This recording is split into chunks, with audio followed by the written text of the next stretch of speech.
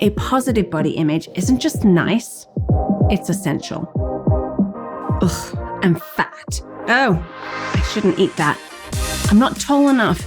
Ugh, just a klutz. Have you ever said anything like this in front of your kids? The way we talk about our bodies, ours and theirs, shapes how our kids see themselves for years to come. And that's why building a positive body image isn't just nice, it's essential.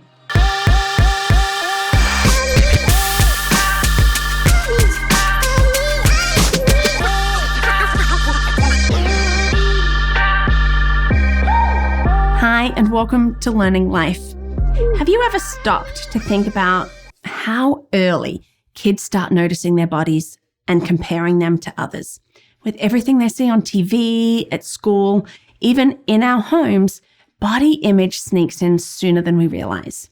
And how they view it matters so much. So here are 3 powerful ways that we can help our kids feel confident and strong in the bodies they already have. And look, I'm in the throes of this with my tween daughters, and it's something that comes up fairly regularly, more often with one than the other. And for me, it's hard because, my weight is something that I've struggled with all my life. How do I not pass that on? Why positive body image matters. When our kids feel good about their bodies, they're more willing to try new things, like join activities, speak up, explore with confidence. But if they're constantly worried about their appearance or what they think that other people think about their appearance, that energy gets drained. And it's drained because of that comparison, because of that self-doubt.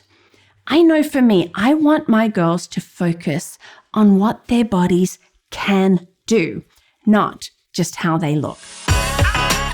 Watch your words and actions. We need to watch our words because kids are sponges and absorb everything. The way that we talk about ourselves and other people really can set the tone. Oh, I look fat, or I hate my stomach, or, oh, those wobbles. Let's skip that negative self-talk. It's not helpful. As I always say, just put on the swimsuit, just go, don't let it stop you living your life. And we really do need to avoid commenting on others' bodies. And we see that come up in different posts, especially about celebrities. Or, maybe you've been at a family gathering and, the relatives, let's not talk about other people's bodies. Let's not do it, comment on that. If this is something that you're working on or would like to, give me a thumbs up because I know that I'm working on that. And let's focus on function over looks. We get into this habit, oh, you look so pretty, oh, you're beautiful. And instead of those sorts of comments, can we move to something wow, your legs are so strong, you ran so fast. I'll say that to my girls, wow, your legs are so strong, look at what you can do in ballet. I know it takes practice to switch from oh, you're so beautiful to wow, something about their body, but that small shift, and it's going to change how they feel and value themselves. Celebrate diversity. We need to celebrate diversity because bodies come in all shapes, sizes, and abilities. So let's help our kids see that as normal. It's a range, it's not just one thing. And we can do this through reading books and watching shows that have these diverse body types and abilities. Now let's look at it. You can casually point it out. I'm oh, look, see them? They use a wheelchair. And look, how cool is it that they play basketball? Doesn't stop them being in a wheelchair. And all of these different things. It doesn't have to be a huge sit down talk. But as we do it, wow, look at the way that they're running. That is awesome. And we want to teach that health doesn't equal one body type. We get caught in this trap that skinniest is the best, and it's genetics come into play too, But, a bigger body can also be healthy. We want to emphasize habits like eating well, a balanced diet, like that we can be moving, like look at the way that you can move. This is not about size. And when we're looking at that, this is going to broaden the definition for our kids of like what a good body looks like. But do we need to have like a good body? Let's just work towards that health. Encourage movement for joy. We want to encourage movement. We want our kids to connect. Moving is fun and not that, like I ran a mile because I ate that and like that way I'll keep that weight off. Let's get away from the 90s and early 2000s, like diet culture with that. We don't have to say, you need to exercise. We could be like, let's dance, let's a race around the yard. Come on, let's go. Who's going to win? Those sorts of things. It's going to be more fun. I love to have like a good little like dance competition. Who can do the worst dance moves? I know it's me. My girls will tell me I have some of the worst dance moves and I'm okay with that.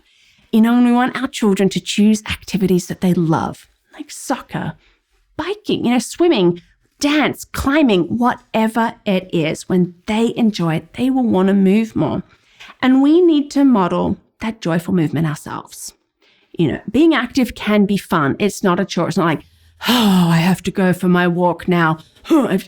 Why not get a small trampoline in your living room and just jump and have fun with it? I know that's what I do. We can have fun with it. It's not a chore. When our kids see activity as play, they can show and associate that our bodies have this movement. We are capable. Because positive body image isn't about ignoring health. It's not. I'm not saying that we ignore the health part, but what we want is that our kids can accept and respect their bodies for their body and what their body can do, regardless of what it looks like. Because when they can value their body and what it can do, they're going to build that inner strength that will, help them face life's pressures, face it with more confidence and strength. And that is a superpower. And that I know is what I want for my girls. And we will keep talking about this. Now, what about you? Has anything worked for you, like talking about body image with your kids, especially if you've had your own struggles? I would love to hear your comments because I have my own struggles. And how do I not pass them on to my kids? I want them to see how amazing their bodies are. I guess I need to be knowing that for myself. Well, thank you for joining in this Learning Life. How our children think is important. Are yours irrational or emotional? Parenting tweens can be tough. Here's some great info for you. Want to learn how to homeschool in a way that's best for you? Check out my course below. And thank you for being part of this Learning Life. Don't forget that you can check out my website at LearningThis.Life.